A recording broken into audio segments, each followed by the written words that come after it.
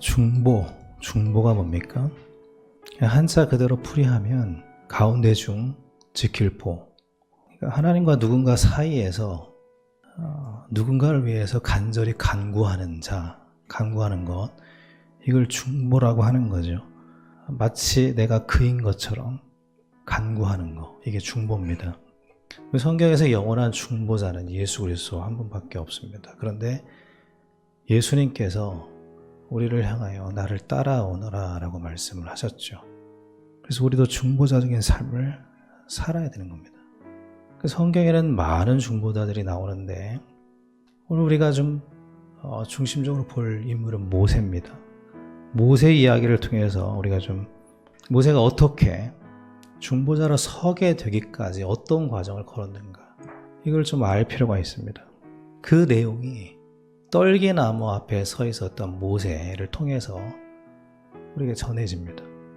떨기나무 앞에서 모세는 하나님을 만나죠. 그리고 거기에서 하나님께 모세가 4가지 질문을 합니다. 그 질문 속에 모세가 중보자가 되는 과정이 들어있습니다. 첫 번째, 모세가 하나님 앞에서 하나님께 한 질문은 이것입니다. 내가 누구이기에 바로에게 가며 이스라엘 자손을 애굽에서 인도하여 내리이까? 그러니까 이 질문을 하나로 줄이면 이렇게 말할 수가 있습니다. 내가 누굽니까? 우리는 다 내가 누구인지 알고 싶어 하잖아요.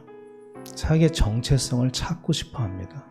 이 질문에 대해서 하나님이 이렇게 답하셨습니다. 내가 반드시 너와 함께하리라. 너라는 존재는 내가 함께하는 존재야. 그러니까 성도라는 존재의 정의를 하나님이 함께하는 존재라고 정의를 내려준 겁니다. 그것이 우리에 대한 가장 정확한 정의예요. 하나님이 내려주신 정의입니다. 성도는 하나님이 함께하는 존재다. 모세의 2번째 질문이 이거였어요. 그러면 내가 이스라엘 자손에게 가서 이르기를 너희 조상의 하나님이 나를 너에게 보내셨다 하면 그들이 내게 묻기를 그의 이름이 무엇이냐, 네가 말하는 그 신의 이름이 무엇이냐라고 물을 텐데 내가 뭐라고 그들에게 말할까요? 그러니까 이 질문을 줄이면 당신은 누구입니까? 라는 질문이에요. 거기에 대해서 하나님이 이렇게 답변을 하셨습니다. 나는 스스로 있는 자니라. 이 말씀이 스스로 있는 자라는 이 말씀을 한 단어로 여호와라고 합니다. 나는 여호와다, 이렇게 말씀하신 거예요. 근데 이 여호와라는 단어를 조금 더 정확하게 직역하면 나는 존재한다입니다. 그리고 앞뒤 문맥을 연결해서 하나님이 지금 하시려고 하는 말씀을 더 정확하게 얘기하면 나는 과거에도 너와 함께 있었고 지금도 너와 함께 있고 앞으로도 너와 함께 있는 존재다라는 의미입니다. 심지어 하나님은 그 아들의 이름도 임마누엘이라고 지으라고 했습니다. 그러니까 하나님께서 지금 우리에게 전달하고 싶은 모든 메시지가 그 이름에 있고 아들의 이름에 있어요.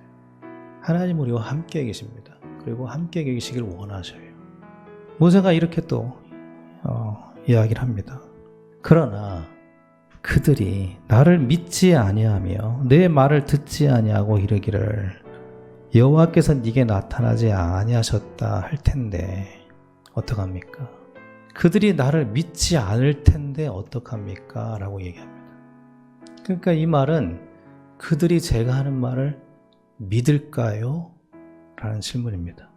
그래서 하나님께서 모세에게 말씀하십니다. 네 지팡이를 던져라.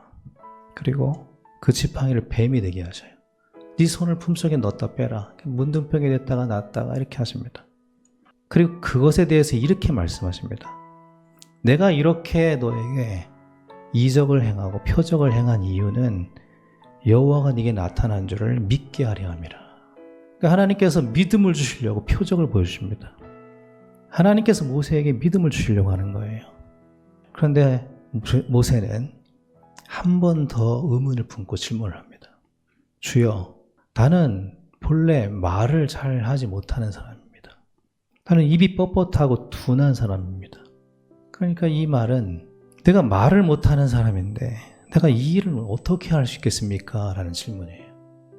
이 질문은 모세를 다시 맨 처음 제자리로 돌려놓습니다. 거기에 대해서 하나님이 이렇게 답변하십니다. 누가 그 입을 지었느냐?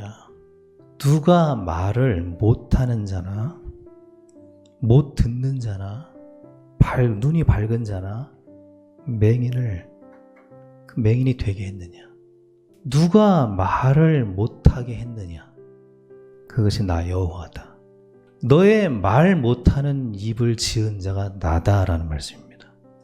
그 말 못하는 게 우연이 아니고 그 말 못하게 한 것도 나다라고 말씀하시는 겁니다. 너를 말 못하게 하는 자가 나다. 하나님의 주권을 말씀하시는 겁니다. 우리가 나를 넘어서지 못하면 절대 중보자가 될 수는 없습니다. 중보라고 하는 것은 나를 넘어서는 거거든요. 그런데 나를 넘어서려면 하나님의 주권을 인정해야 돼요. 그때 하나님께서 하나님의 수준으로 우리 인생을 이끌어 가실 겁니다. 하나님의 뜻은 뭡니까? 우리가 예수님처럼 사는 거예요. 예수님을 따르는 인생입니다. 중보자적 인생을 사는 겁니다. 가장 복된 인생입니다. 그 인생을 위해서 나를 넘어서는 그런 복된 시간이 남은 인생이 되길 바랍니다. 하나님의 주권을 인정하면서 한 주간 살아가시기 바랍니다. 그때 우리를 하나님께서 빛처럼 세우시고 마르지 않는 샘이 되게 하시고 치유하는 존재로 세우신다라고 말씀하십니다. 우리의 남은 인생이 이와 같이 많은 사람을 옳은 대로 돌아오게 하는 복된 인생이 되길 바랍니다. 별과 같이 빛나는 그런 우리 성도님들 다 되시길 바랍니다.